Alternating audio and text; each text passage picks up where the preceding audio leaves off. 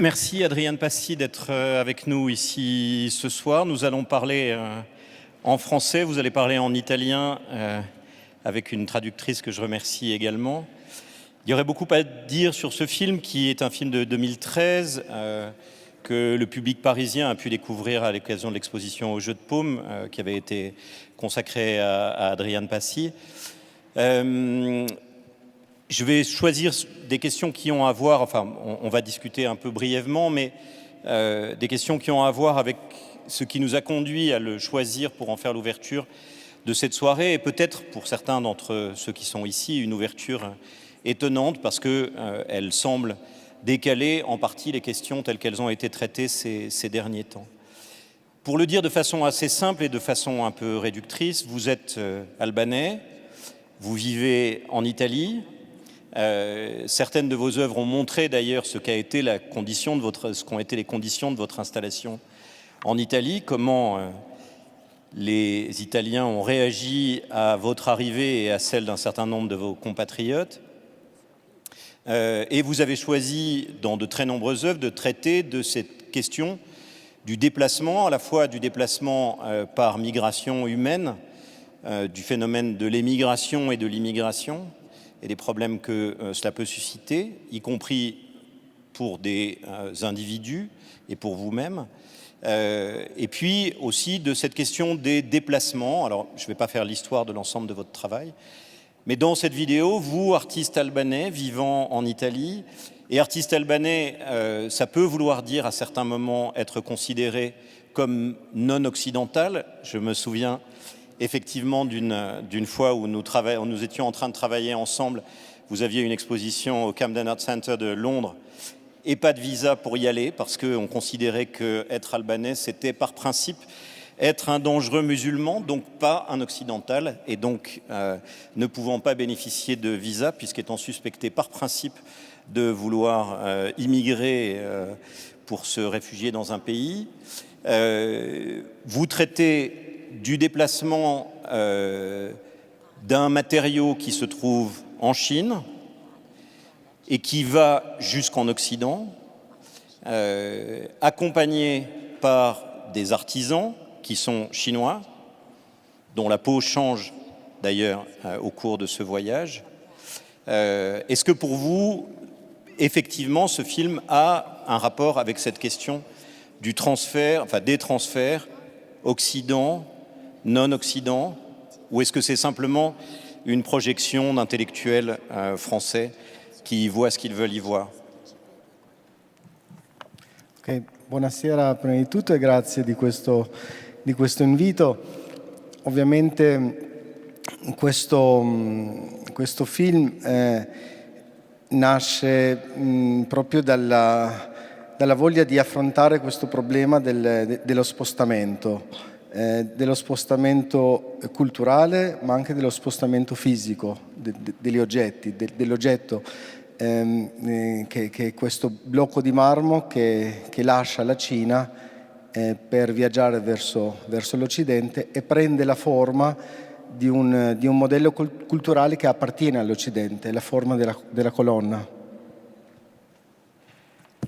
Bonsoir et merci beaucoup de m'avoir invité. Ce film est né, bien sûr, de la volonté de parler de cette question du transfert, du déplacement culturel et physique, y compris des objets, et notamment ce bloc de marbre qui est parti de Chine pour aller vers l'Occident, tout en prenant la forme d'un modèle culturel occidental, la colonne. Ecco, però in un certo senso è anche un lavoro che prende spunto da un fatto reale, dal fatto dell'esistenza delle navi fabbrica, navi dove un prodotto entra in un certo modo e esce nell'altro. Et cette idée est aussi née d'un fait, c'est l'existence de ces bateaux-usines où un produit part sous une forme et arrive sous une autre.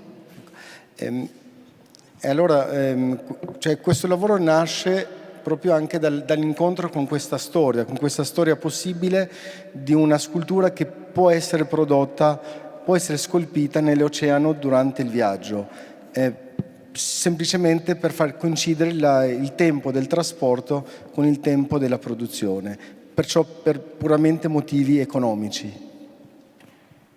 Il s'agit aussi de la rencontre avec cette histoire d'une sculpture qui peut se faire sur l'océan pendant le voyage en faisant coïncider le temps du transport avec le temps de la production.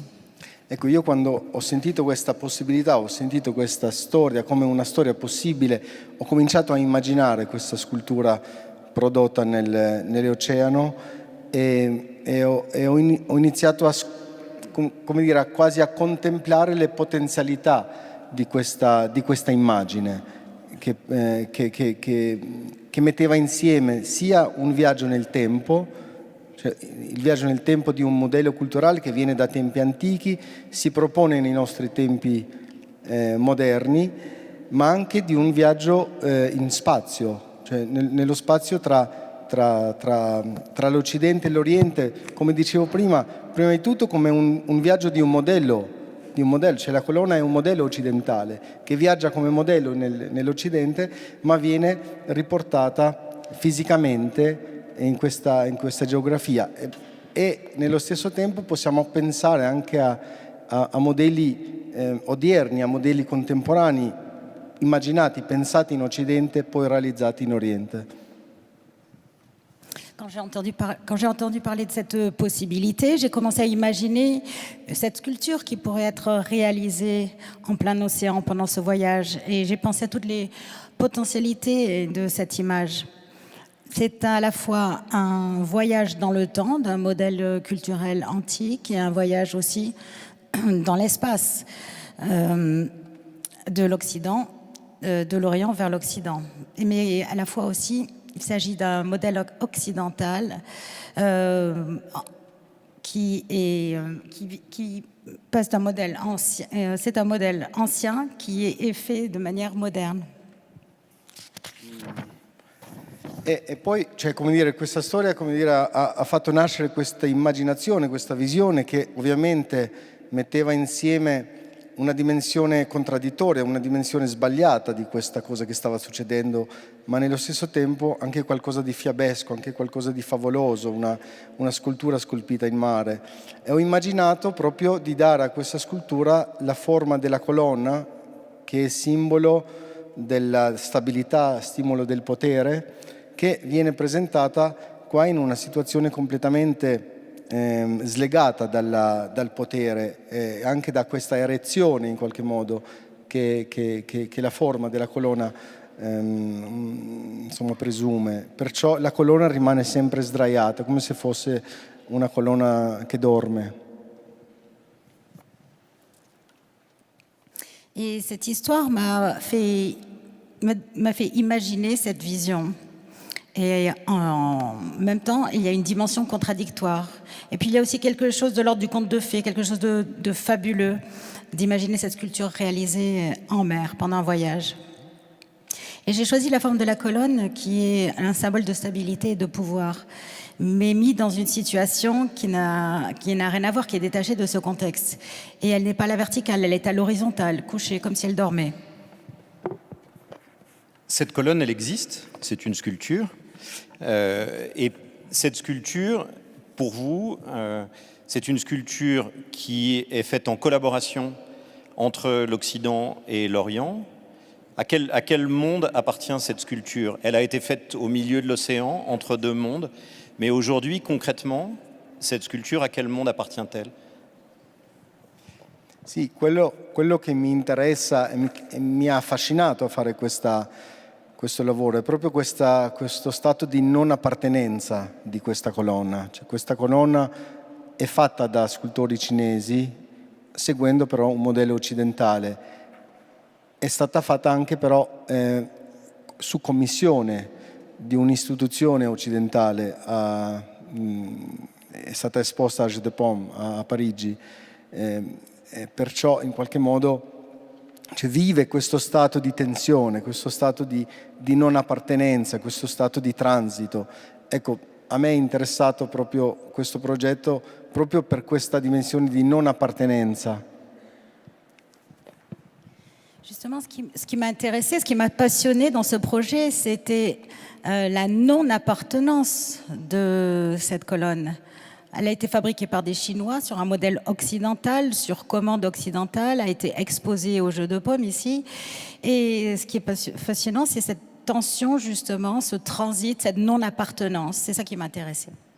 È successo anche una cosa simpatica perché la colonna è stata prodotta in questo viaggio nell'oceano e per 24 giorni, 25 giorni, insomma è stata scolpita ed è arrivata intatta, come dire, durante il viaggio. Appena arrivata a Parigi si è rotta in 2 punti e hanno invitato i restauratori di Louvre a restaurare la colonna cinese. Perciò c'è stato questo aspetto curioso.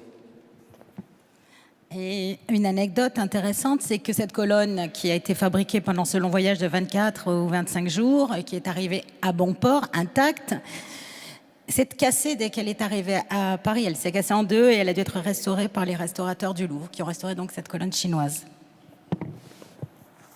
Est-ce que la manière dont vous avez réalisé ce film impliquait effectivement une sorte de commande précise? Enfin, quelle était la nature de la commande aux ouvriers chinois ou aux artisans chinois qui ont travaillé pour vous? Est-ce que ça impliquait de construire une colonne générique, de fabriquer une colonne générique, ou bien c'était de faire une colonne à partir d'un dessin que vous leur aviez donné précisément? No, non mi interessava un disegno specifico, non era un disegno mio, la colonna è ormai un modello generico, mi interessava una colonna classica di stile classico con un capitello corinzio, ma semplicemente perché è anche un modello riprodotto, cioè da forme neoclassiche fino ai tempi quasi moderni, come dire. Perciò non era un disegno mio, quello che mi interessava era alla fine, cioè, come dire, la colonna non è un'opera mia, il video, cioè, è tutto questo viaggio, è tutta questa organizzazione che io ho messo in piedi, ma non per realizzare una mia opera come colonna in sé, ma per attivare questa operazione. Merci. On va s'arrêter là. On pourrait continuer évidemment cette discussion, mais je pense que pour laisser la parole aux autres intervenants, nous allons nous arrêter là. Peut-être s'il y a des questions plus tard, nous y répondrons. Mais je vais passer la parole tout de suite à Claire Bosc-Thiessé, qui va animer la première table ronde.